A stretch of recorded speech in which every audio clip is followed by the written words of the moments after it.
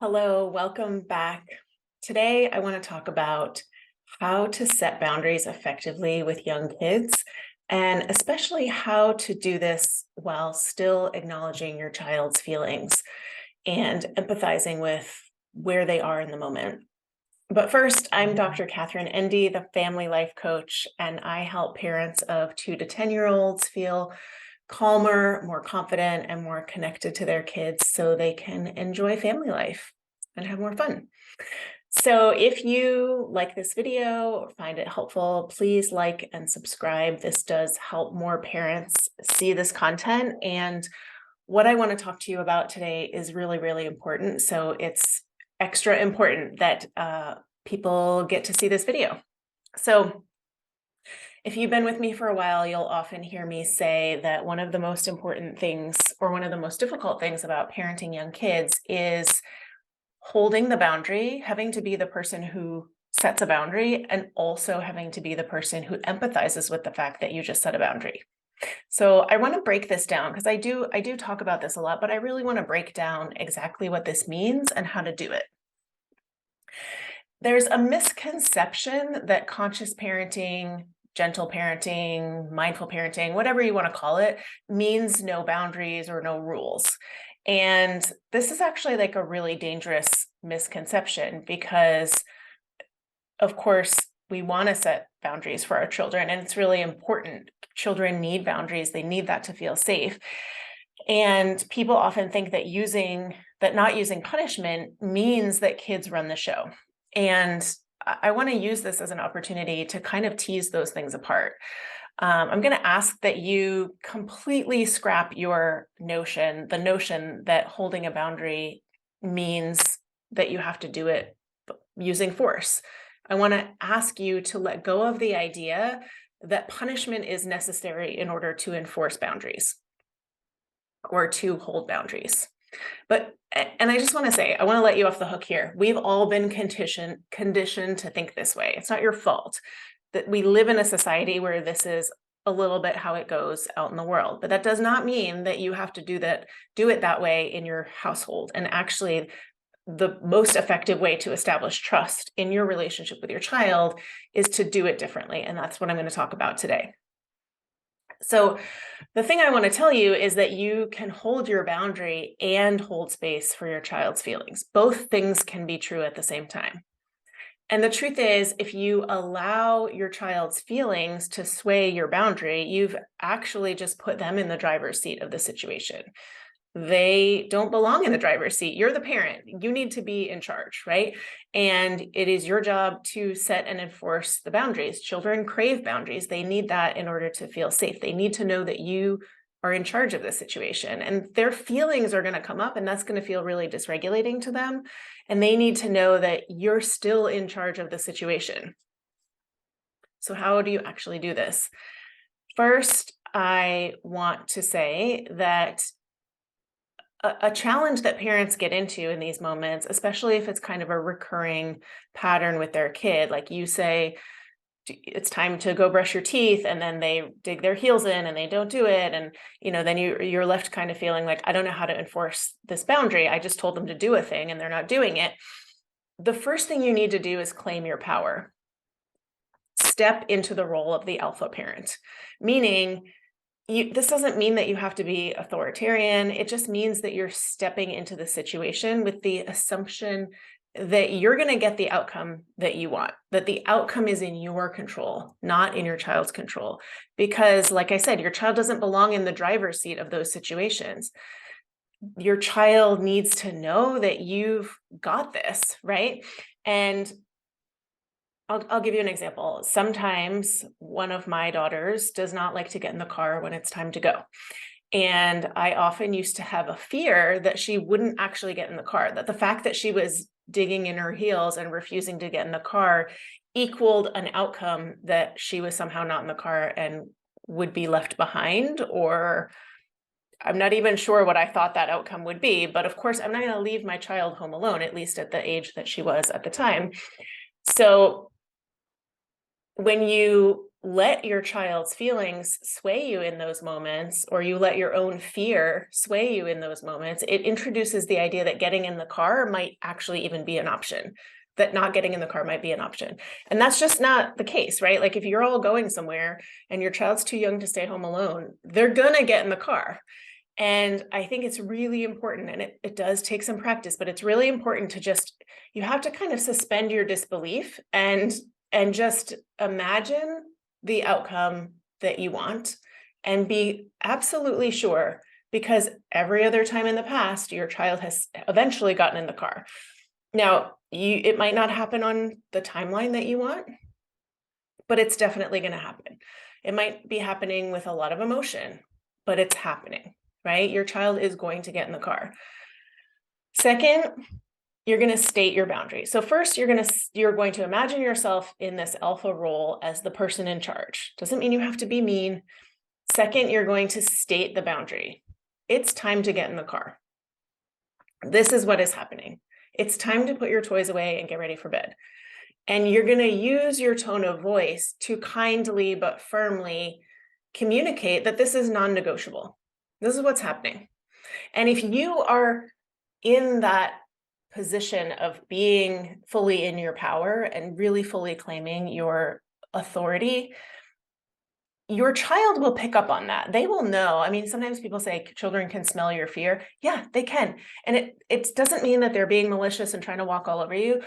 It means they feel unsafe and they feel like, oh, I guess mom or dad like hasn't got the situation, right? But if you can communicate, I've got this, I'm in charge of this situation, then even if it takes a little while, or it involves messy feelings, or it doesn't go smoothly, it's still going to happen because you're communicating, I've got this, I'm in charge.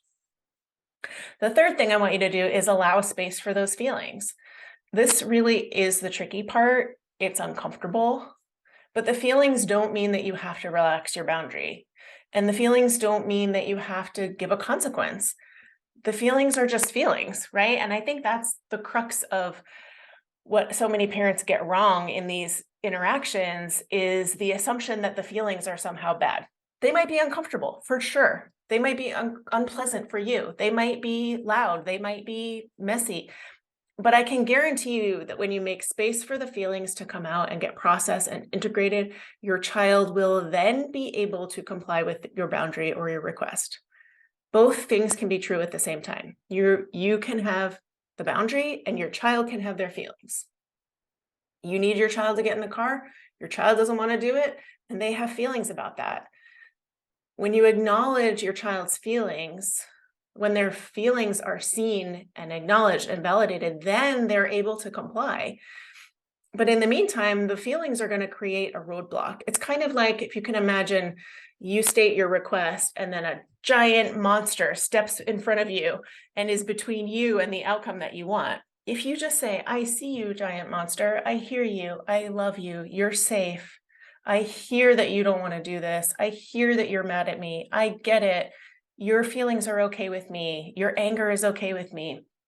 Now you can move to the side, giant monster. That's how I want you to be thinking about this. I really want you to be thinking about the fact that your child's feelings can be true and your boundary can be true at the same time. So I'm sure this question is going to come up. What if the boundary is something that you can't allow? So I was talking about things like time to get in the car or time to go brush your teeth. But what about things like, I can't let you hit your brother, or I can't let you dump the paint all over the table, or I can't let you scream in the grocery store? In these kinds of situations, it's important to, again, assume the alpha role that I mentioned before, assume that things are going to go your way. Step into those feelings of being in charge. Communicate the boundary. I can't let you hit your brother. I can't let you dump the paint all over the table.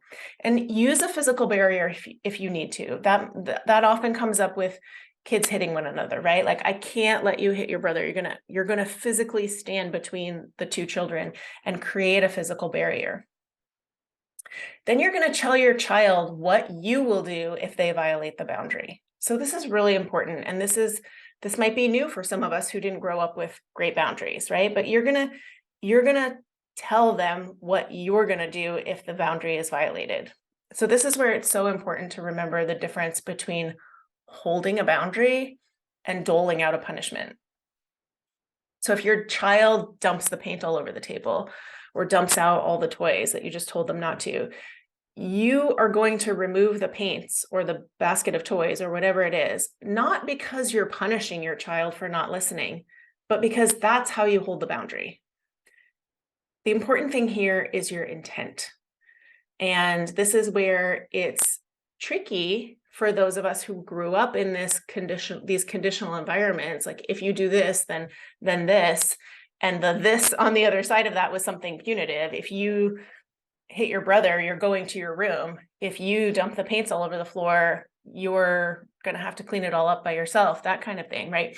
The important thing is your intent. And if it is your intent to parent in a way that doesn't use punishment, then you want to think about that, right? It's not your intent to be punitive, it's your intent to be in charge.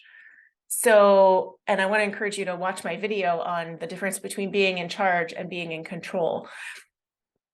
But the thing I want to communicate here is that you can be in charge of the situation without having to resort to punishment as the only way that you enforce your authority. You can enforce your authority by restating the boundary and removing them from the situation if you have to, or removing the item, whether it's a toy or paints or whatever it is. And again, I just want to reiterate that your child will have feelings about that. It's unrealistic to expect a young child to say, "Thank you so much for setting a boundary for me." That's not how this works, right? When they're older, when they're grown and they get into other relationships and they realize how they've grown up with really healthy boundaries, that's when they might thank you. But for now, you're going to set a boundary. They're probably not going to like it. And it's your job to make space for those feelings. And I promise you, when those feelings get integrated, it paves the way for things to go in the way that you want them to go. And it paves the way for your child to be able to respect your boundaries.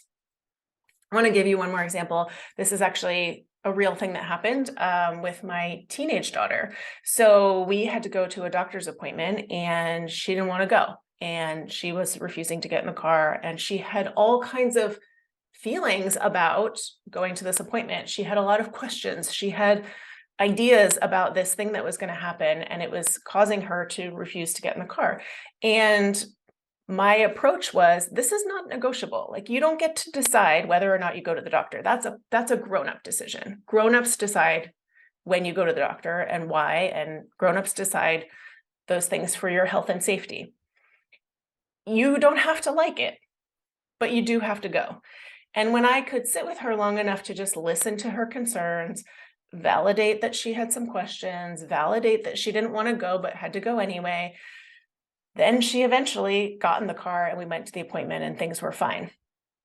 And I can promise you, having parented for 17 plus years, that every time I trust the process and listen to the feelings, it does smooth things over and things end up going the way that I hoped that they would go.